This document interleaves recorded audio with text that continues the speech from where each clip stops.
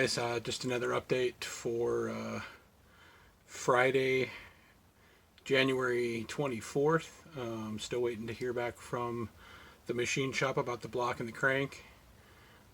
Figured while I have some downtime while I'm waiting, start prepping some other things. Just trying to stay a little bit busy, trying to, not get in the funk of waiting and waiting and waiting.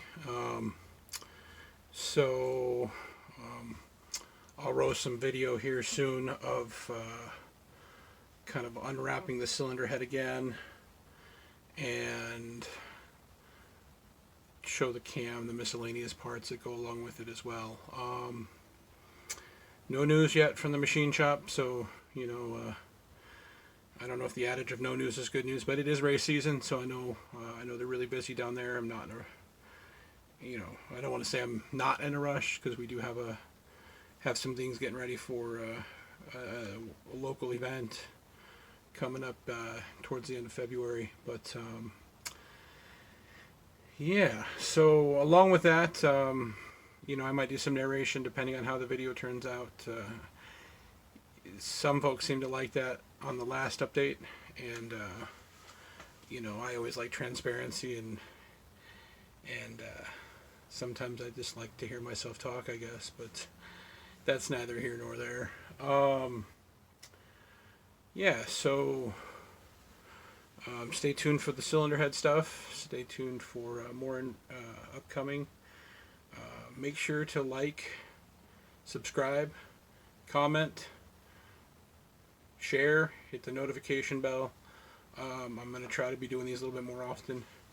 And also post down below, guys, what else you want to see, because if you go to my website, which is tiltedshamrock.com, I posted up some links of some items that I went over last week with the Amazon Affiliate Links program, stuff that I have purchased and have used or am using or will use. There's some day-to-day stuff I have, some flashlights, some gear. So if you guys want to see some more non-Honda stuff, I know most of you guys are here for that, but let me know down below what you guys want to see, what else you want to see on this channel. I've got a Snap-on toolbox full of ancient Chinese secrets as far as old hand tools that came from my dad or other folks that are no longer with us, and don't know if that's something any guys would like to see as far as a preview or demonstration, so to say, of all those. So again, guys, down in the comments, that's where we live. I'm going to try to keep these things hopefully from like 5 to 15 minutes. I do like to talk because I can't always process my thoughts up in here. Sometimes it's got to work its way and come out this way. So if you're sick of seeing my face, I don't blame you, but we'll get to the rest of the video now. And if you like seeing my face, same thing, guys. Like, comment, subscribe, and we'll talk to you guys soon. Okay, guys, we're back at it again here in the shed. Just using some of this downtime while we're waiting on the machine shop to, just make sure everything else is getting ready to go, come together. So I went ahead and pulling the plastic off the cylinder head right now, and took a look at the cam one more time. So here's our cylinder head, and we've actually had this back since October, and it came by way of Robert from Hush Performance, and he sponsored the repair, which was sent off to BC and his crew at BC Moto, in between his busy schedule of filming all of his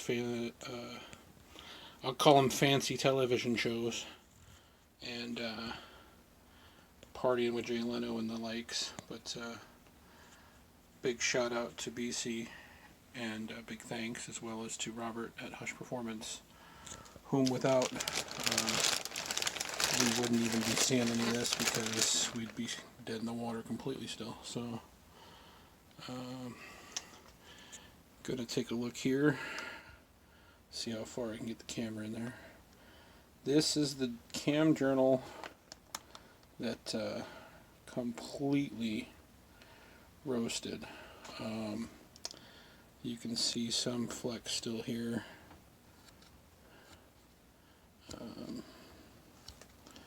But that was gouged, and it was basically like a spun rod bearing on the rod side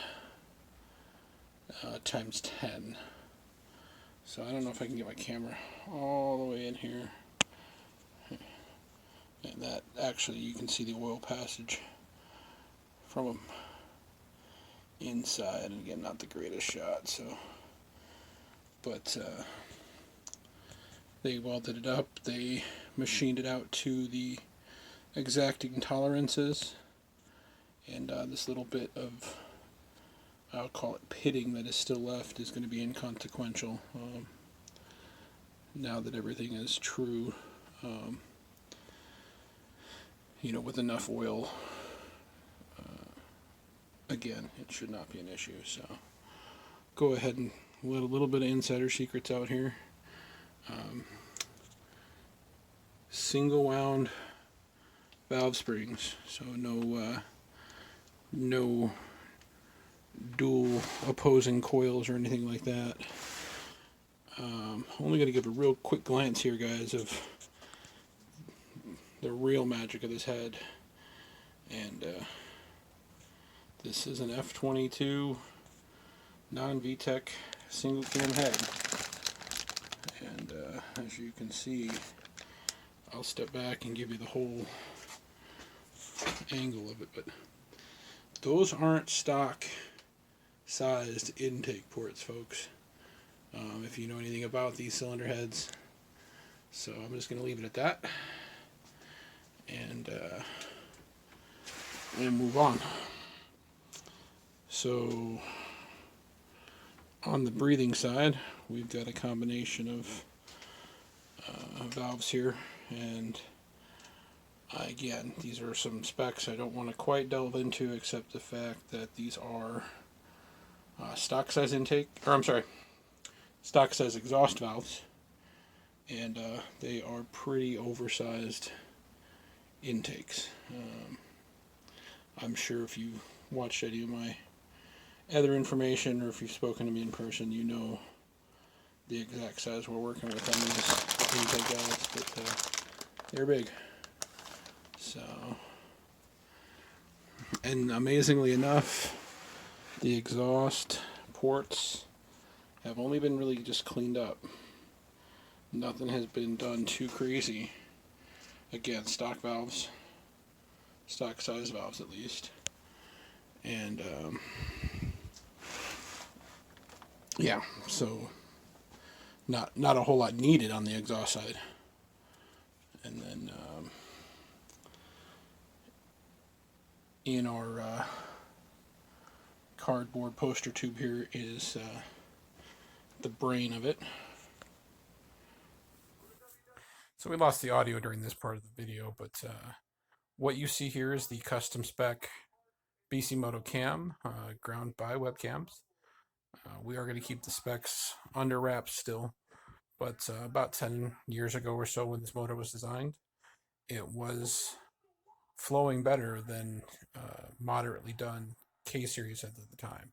Now I know they've come light years past where they were then, but this still got this single cam F22 non-VTEC power plant to the 300 wheel horsepower mark, which is nothing to scoff at. And hopefully it'll be the foundation for us to make more power moving forward. So stay tuned for more on that. And here's some more goodies that you have seen before. This is the ubiquitous BC Moto cam gear. I'll go ahead and show the timing marks that we have, because they are no longer going to be accurate.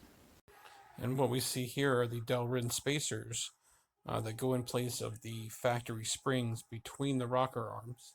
And what this does is keeps the rockers from moving at higher RPMs a lot safer than the factory springs that were originally found in the cylinder head.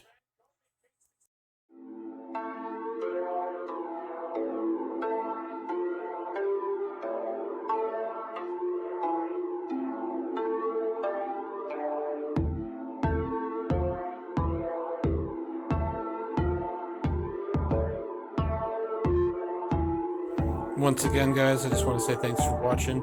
Make sure to hit that like and subscribe button down below. If you got any questions, leave them in the comments. Tilted Shamrock, out.